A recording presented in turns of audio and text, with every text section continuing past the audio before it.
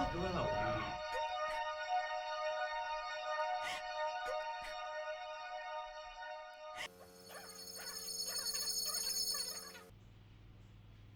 မိမဘာဖြစ်လို့လဲအဆင်ပြေရလား ဒီမှာလေဒီလို message ကြုံဝင်တာဘယ်လိုလုပ်ရ ဒါကလင်းတဲ့ message တွေပဲမိမရဲ့ဘယ်တော့မှဒီလိုလင့်နေတော့မဝင်ရအောင်ဘန်ကနေ message ပို့လို့ရှိရင်တရားဝင်ဖုန်းနံပါတ်တွေ application တွေရပဲစာပို့တာဆိုတော့အသေးကြရင်ဘန်အောင်ဖုန်းဆက်မေးပြီးတော့စစ်ဆေးကြည့်လိုက်တာအကောင်းဆုံးပဲ